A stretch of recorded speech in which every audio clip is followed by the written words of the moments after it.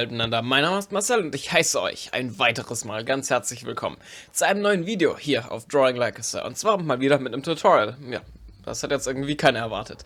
Viele haben mich nach meinem Kaneki Let's Draw gefragt, wie ich das gemacht habe, wie ich Kaneki dort gezeichnet habe und generell, ob ich da nicht mal ein Tutorial dazu machen könnte. Und nichts leichter als das, gerne. Hier habt ihr das versprochene Tutorial. Es geht wieder Schritt für Schritt nach. Wir brauchen am Ende zum Kolorieren wieder unsere Copic-Marke, aber im Grunde, naja, wer schwarz-weiß zeichnen will, der braucht eigentlich nichts weiter als Tusche oder meinetwegen Multi- oder Fineliner und einen Bleistift und ein Radiergummi. Dann würde ich sagen, fangen wir einfach mal an. Derjenige, der meine Tutorials kennt, der weiß ganz genau, ich fange immer auf die Art und Weise an. Mit einem simplen Kreis und einer Markierung fürs Kinn. Meistens zumindest. Die Markierung vom Kinn, die ist ungefähr nochmals so weit entfernt wie ein zweiter Kreis. Das heißt, ungefähr in dem Abstand könntet ihr das Kinn praktisch einzeichnen. Wenn ihr wollt, dann könnt ihr natürlich auch abmessen. Ich habe jetzt nicht die genauen Maße, aber gut. Wer abmessen möchte, der kann das sehr gerne machen. Weiter geht es mit dem Fadenkreuz, besser gesagt mit den Guidelines, mit dem ganz normalen basischen Guidelines, die wir einzeichnen. Die horizontale Guideline, die zeichnen wir direkt unter dem Kreis ein, also da, wo der Kreis aufhört. Und logischerweise die vertikale Guideline, die kommt genau in die Mitte vom Kreis. Im weiteren Verlauf zeichnen wir jetzt seine Gesichtsform ein. Um ein bisschen Zeit zu sparen, habe ich auch noch seine Ohren direkt mit eingezeichnet. Es ist wirklich nicht wichtig, dass ihr die Ohren jetzt perfekt abzeichnet oder so. Das sind übrigens auch nicht die Originalohren, die ich jetzt abgezeichnet habe. Das ist einfach meine eigene Art und Weise, Ohren zu zeichnen. Das ist jetzt keine wirklich großartige Kunst. Nach wie vor werden die Ohren später sowieso von den Haaren verdeckt. Das heißt, ihr könnt euch auch wirklich austoben, eure eigenen Ohren zu zeichnen. Das ist wirklich nichts gravierend Schlimmes. Danach zeichnen wir schon mal seine Nase, seine Augen und seinen Hals ein. Na, besser gesagt, sein eines Auge. Das sind ja keine zwei Augen. Logisch, seine andere wird ja von seiner Maske verdeckt. Das Auge müssen wir einfach als Kreis einzeichnen. Hierbei ist wichtig, es ist wichtig, dass dass euer Kreis ungefähr so groß ist wie meiner. Und es ist wichtig, dass er ungefähr in derselben Position ist wie meiner. Die Nase, die ist gar nicht mal so wichtig. Ich möchte eigentlich nur einzeichnen, wo ich sie ungefähr haben möchte. Und der Hals, natürlich, 2 Striche. Da ist eigentlich auch nicht so viel dran auszusetzen. Gehen wir nun etwas mehr ins Detail ein. Ich habe mich jetzt hier einfach mal dem Auge gewidmet, weil ich fand, das ist jetzt so das Detail, das am ansprechendsten ist. Deswegen habe ich ihm einfach schon mal seine Wimpern eingezeichnet und im nächsten Verlauf einfach schon mal sein Auge an sich, also sein Augapfel. Der Augapfel ist natürlich nicht das einzige, was ich eingezeichnet habe, natürlich auch die Pupille, allerdings ist die wirklich sehr, sehr klein, das liegt einfach am Zeichenstil von Sui Ishida, das heißt übrigens der Zeichner, und im weiteren Verlauf dann auch noch die Maske. Die Maske habe ich hier einfach in 2 grobe Teile praktisch aufgespalten. Hier ist erstmal der grobe Part, der so Kakashi-mäßig das Gesicht verdeckt und der zweite, der das Auge verdeckt. Der das Auge verdeckt, der wird später noch etwas erweitert, aber das sind erstmal so die 2 Grundformen, die man einzeichnen müsste, dass man so ungefähr die Form der Maske eingezeichnet hat. Wir bleiben auch gleich bei der Maske, nämlich die möchte ich im nächsten Schritt jetzt etwas weiter ausarbeiten. Ich möchte mich demnächst aufs Grinsen oder besser gesagt auf den Mund, weil Kaneki selber grinst ja nicht. Ich möchte mich auf den Mund konzentrieren, den auf seiner Maske aufgezeichnet, wie auch immer, der auf seiner Maske abgebildet ist. Hierbei habe ich einfach mal die Form des Mundes praktisch aufgezeichnet und habe die dann in 3 Teile unterteilt und aufgespalten. Weil klar, das Grinsen geht ja nach links und rechts weiter nach hinten, dann müssen wir da auch etwas in die 3. Dimension gehen. Und wem es nicht aufgefallen ist, ich habe noch eine Markierung gemacht, bis wohin ich die Augenklappe dann später noch zeichnen möchte. So, jetzt ist wichtig, ich habe logischerweise vor, die einzelnen Zähne einzuzeichnen. Was hierbei wichtig ist, ist erstmal mit verschiedenen Markierungen die Zähne einzuzeichnen. Wenn es euch nicht aufgefallen ist, dann achtet darauf, dass links und rechts die letzten Zähne immer ganz klein gezeichnet sind. Die Zähne müssen ungefähr immer denselben Abstand haben, aber links und rechts sind die Zähne recht klein eingezeichnet. Also die Spalten für die Zähne sind recht klein. Da achtet einfach drauf. Und im nächsten Schritt zeichnen wir sie wie bei einer ganz bestimmten anderen Maske zeichnen wir einfach mal die Zähne ein. Und natürlich den Reißverschluss an sich auch. So, jetzt bringen wir einfach nochmal die letzten Details an den Mund oder an den aufgemalten Mund meinetwegen an.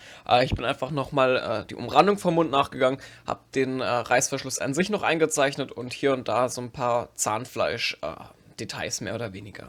Mehr gibt es zu dem Mund eigentlich nichts zu tun. Nehmt euch ruhig Zeit für den Schritt, weil besonders für die Zähne, die müssen halt recht symmetrisch aussehen. Nicht zwingend symmetrisch, aber mehr oder weniger symmetrisch. Deswegen lasst euch da ruhig Zeit. Im nächsten Schritt habe ich eigentlich nochmal ein paar Details ins Auge dazu gemacht. Also ich habe die Iris eingezeichnet und habe hier und da so ein paar Linien nachgegangen. Also besonders was die Ohren angehen, dass die sich etwas ähnlicher sehen als vorhin. Und noch ein paar Falten unter dem Auge. Aber großartig eingezeichnet habe ich da jetzt nichts. Im nächsten Schritt zeichnen wir dann die Augenklappe an sich ein. Die ist ja logischerweise auch zur Maske dazu dran genäht, keine Ahnung, mit diesen Nieten. Und deswegen zeichne ich sie jetzt in diesem Schritt einfach mal mit dazu ein.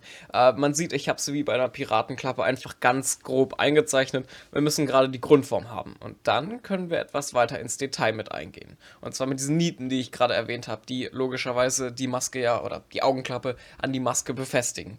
Das sind 4 insgesamt, die zeichnen wir in jeder Ecke ein und dazu noch ein paar Falten, gerade dass das Ganze so ein bisschen realistischer aussieht.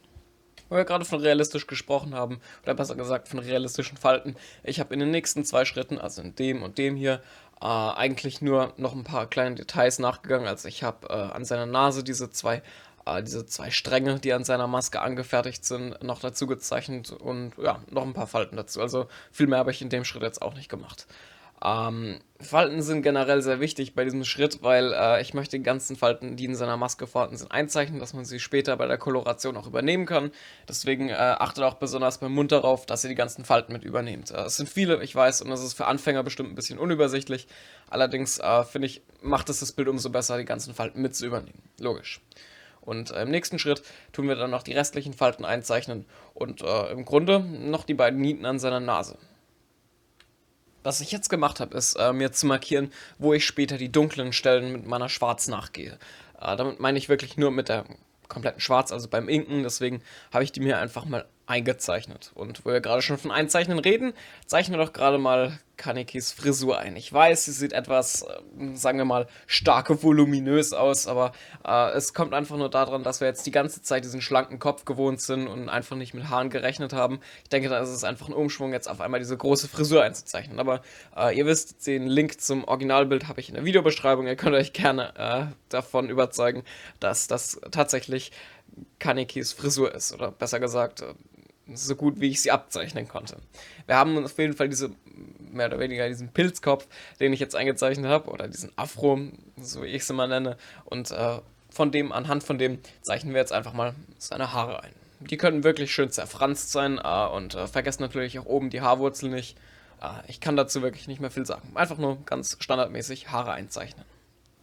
Also, im nächsten Schritt habe ich dann nochmal den Rest von seinen Haaren eingezeichnet. Die gehen bei mir jetzt auch über die Ohren und übers Gesicht generell fallen sie ganz lässig darüber, weil es ja eigentlich nur langweilig wäre, links und rechts Haare einzuzeichnen. Ich habe es jetzt einfach mal über das komplette Gesicht gestreut, dass es so ein bisschen unordentlicher aussieht. Oder besser gesagt, ein bisschen realistischer.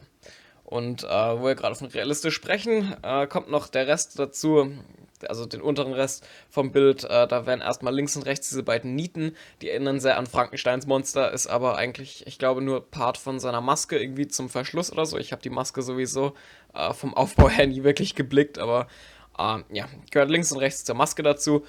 Und abgesehen davon noch sein Cape, oder besser gesagt sein Umhang, sein Mantel, den ich noch zerfranst mit eingezeichnet habe unten.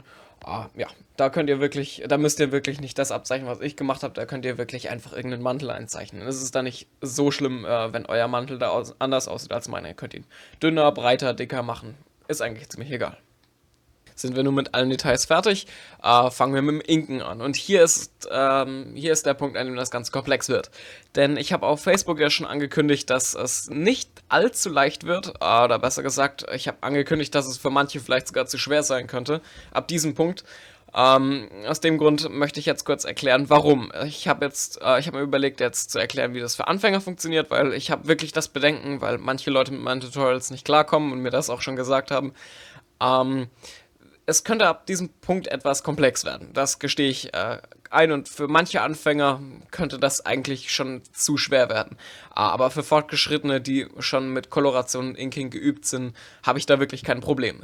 Deswegen, aber dass die Fortgeschrittenen genauso behandelt werden wie die Anfänger, möchte ich kurz nochmal erwähnen. Es gibt jetzt praktisch eine Version für Fortgeschrittene, eine für Anfänger. Wir machen jetzt die für Fortgeschrittene, aber die für Anfänger, denen gebe ich jetzt einfach nochmal einen Tipp. die Anfänger müssen jetzt einfach alles inken. Also wie gehabt einfach alles mit Multiliner oder mit meinetwegen Tusche nachfahren. Ich habe mich jetzt hier für Tusche entschieden. Für die Fortgeschrittenen, die das Ganze natürlich etwas komplexer wollen, denen empfehle ich, die Haare nicht mit zu inken. Das hat einfach den Grund, dass die Haare, natürlich abgesehen von den Schatten, die habe ich natürlich mitgeinkt, dass die Haare an sich weiß sind und weiß kann man natürlich nicht ganz einfach schwarz inken. Aus dem Grund habe ich die Haare hier einfach nicht mitgeinkt. Und im Folgenden habe ich dann einfach alles komplett ausradiert, natürlich bis auf die Haare. Das ist natürlich unübersichtlich, aber später macht das schon noch Sinn. Wie gesagt, wenn euch das Ganze komplex ist, wenn ihr noch Anfänger seid, dann fahrt einfach die Haare mit Schwarz nach. Es ist nicht allzu gravierend, aber ich finde, es hat einen schöneren Effekt. Und man lernt auch ein bisschen mehr, wenn man die Haare jetzt nicht mit inkt, sondern einfach nur mit Bleistiftlinien dort lässt. Gut, ich denke, wenn man dann den Rest wegradiert hat, dann bleibt jetzt eigentlich nichts mehr zu tun, außer die Koloration. Und die gibt's jetzt mal wieder live.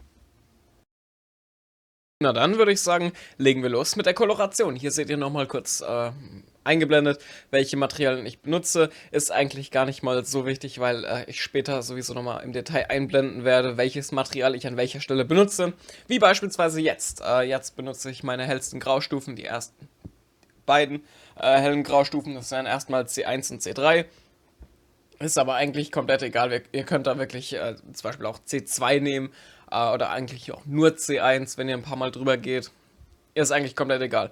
Hauptsache eine sehr leichte Grau. Ich habe einfach in diesem Schritt mal mit dem schwersten angefangen und das sind natürlich die Haare, weil ich habe einfach so das Gefühl gehabt, manche Leute sind da vielleicht überfordert mit den Haaren, weil ich habe da meine eigene Methode vorzugehen. Ich radiere, je nachdem, die Strähne, die ich jetzt kolorieren möchte, weg und gehe sie dann einfach nochmal nach. Das Problem dabei ist natürlich, dass wir jetzt nicht einfach die kompletten Haare ausradieren können, weil wir dann nicht mehr wissen, wie wir was eingezeichnet haben. Ich meine, gut, ihr könnt es euch vielleicht abfotografieren und dann so zeichnen, aber mir wäre das echt zu umständlich und vielen von euch vielleicht auch, deswegen nimmt es euch keiner übel, wenn ihr die Haare vielleicht einfach mit schwarz nachgegangen seid und keine Ahnung, also ich fand, es hat einfach einen schöneren Effekt, das Ganze dann mit weiß nachzugehen, aber mit Grau oder je nachdem auch später nochmal mit einer Deckweiß vielleicht, keine Ahnung. Da hat man natürlich verschiedene Methoden und ihr könnt natürlich auch meine benutzen oder eine andere Methode, keine Ahnung. Ich habe jetzt einfach mal die benutzt. Ich meine, nach wie vor benutzen wir, also bei mir ist es so der Fall, dass ich jeden Grauton benutze, wirklich jeden Grauton. Ich habe 5, aber es gibt natürlich auch 50. 50 Töne von Grau. Einfach 50 Abstufungen von Grau. 50 Töne Grau. 50 verschiedene Töne von Grau, genau. Sorry. Haben wir uns jetzt von meinen schlechten Wortspielen erholt, können wir uns einer Maske widmen. Und die habe ich jetzt einfach mal mit C5 komplett grundiert. Das macht ihr am besten auch. Ich habe C5 einfach aus dem Grund genommen, weil es direkt in der Mitte war. Es war nicht zu hell und war nicht zu dunkel. Allerdings könnte es doch schon den Anschein machen, dass es etwas zu hell ist. Deswegen könnt ihr auch wahlweise C6 nehmen. Ich hatte hier keine C6 zur Verfügung, deswegen habe ich einfach alles zweimal grundiert, gerade um das Ganze etwas dunkler zu bekommen. Aber ihr könnt es auch nur einmal grundieren, wenn ihr auch genauso faul seid wie ich.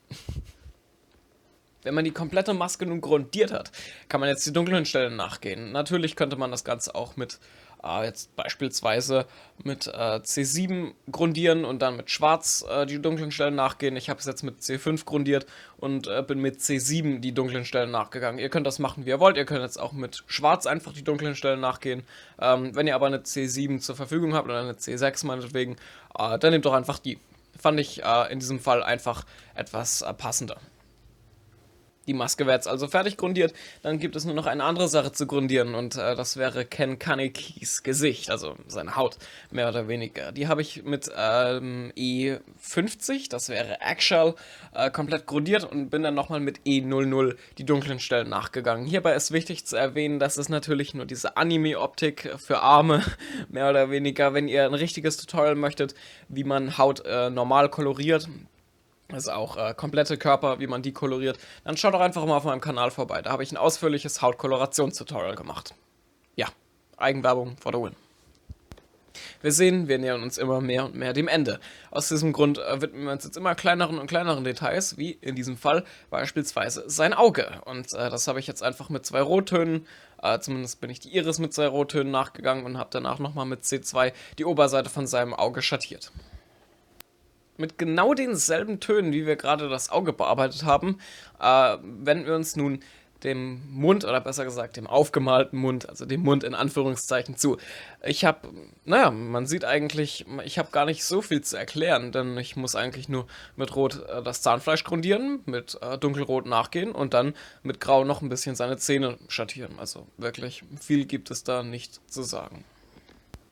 Als ich dann später nochmal die Vorlage angeschaut habe, ist mir aufgefallen, dass Kanekis Haut um einiges bleicher und rosaner ist. Aus diesem Grund habe ich mir überlegt, vielleicht nochmal mit einer rosa oder besser gesagt mit einem lila Ton seine Hautfarbe nachzugehen. In diesem Fall war das V91, das war Pale Grape. Das habe ich auch in meinem Hautfarben-Tutorial erwähnt, dass man das nicht unbedingt machen muss. Aber ich fand, in diesem Fall macht es einfach so einen schön gruseligen Look. Deswegen bin ich da einfach nochmal drüber gegangen. Und zwar über die komplette Haut. Keine Ahnung. Wenn es nicht so euer Geschmack ist, dann müsst ihr das auch nicht machen. Für die Schrauben, mehr oder weniger, links und rechts, habe ich mich einfach mal von meinem kompletten Grauton-Set bedient. Ich habe zuerst mit einem hellen Grauton grundiert und bin dann nach und nach immer dunklere Stellen nachgegangen. Keine Ahnung, ihr seht ja, wie es funktioniert. Malt's einfach so nach, wie ich es gemacht habe. Die letzte Fläche, die traditionell zu kolorieren ist, das wäre sein Mantel, Umhang, Cape, je nachdem, wie ihr es nennen wollt. Ich habe mich jetzt einfach mal in einem sehr dunklen Braunton bedient, weil klar, das ist ja die Innenseite, deswegen muss es sehr, sehr, sehr, sehr dunkel sein. Ich hätte auch schwarz nehmen können, aber ich fände, braun ist eine gute Abwechslung. Gerade zur Maske bringt das einen schönen Kontrast her und vor allem merkt man so, dass es kein Teil der Maske ist. Ich hätte natürlich auch noch den Außenteil von seinem Schal oder seinem Mantel malen können, aber ich war zu faul. Das letzte Detail, was unser Bild erst noch so richtig lebendig macht, das sind diese glänzenden Highlights von Kanekis Maske. Und die habe ich in diesem Fall jetzt einfach mal mit meinem Gelstift oder besser gesagt mit meinem Deckweißstift eingezeichnet. Es gibt haufenweise Möglichkeiten, die einzuzeichnen. Es gibt Paintmarker, es gibt Gelschreiber, aber für Leute, die, und ich kann euch das nicht verübeln, die so einen Stift nicht haben, kann ich euch einfach empfehlen, nehmt euch vielleicht Deckweiß, und einen Stift, den ihr nicht mehr braucht, tunkt den Stift in Deckweiß und malt damit nach. Ich weiß, es hat wahrscheinlich nicht so die präzisen Resultate wie jetzt beispielsweise ein Gelschreiber, aber wenn ihr jetzt gerade sowieso noch am Zeichnen seid und nicht vielleicht Lust habt, großartig loszugehen, was zu kaufen oder momentan Sonntag ist und ihr sowieso gerade keinen herkriegt, dann macht es doch einfach so. Es ist auch eine Alternative, die ich bestätigen kann, funktioniert. Und es ist eigentlich gar nicht mal so schlimm. Man erkennt den Unterschied jetzt nicht wirklich, wenn man sich dabei Mühe gibt. Und hier hatten wir nochmal einen Scan von dem fertigen Bild. Wir sind am Ende angelangt. Soweit. Danke, dass ihr durchgehalten habt. Danke, dass ihr zugeschaut habt. Und ich hoffe natürlich, ich konnte euch vielleicht ein bisschen helfen, konnte euch eine neue Methode beibringen, wie man irgendwas koloriert, wie man irgendwas zeichnet. Ja, ich hoffe wirklich, ihr hattet Spaß dabei und habt ein tolles Bild rausbekommen. Denn bei mir war das definitiv der Fall. Doch wirklich. Ist ganz nett geworden. Soweit. Danke, dass ihr zugeschaut habt. Mein Name ist Marcel und man sieht sich zum nächsten Video. Bis dann.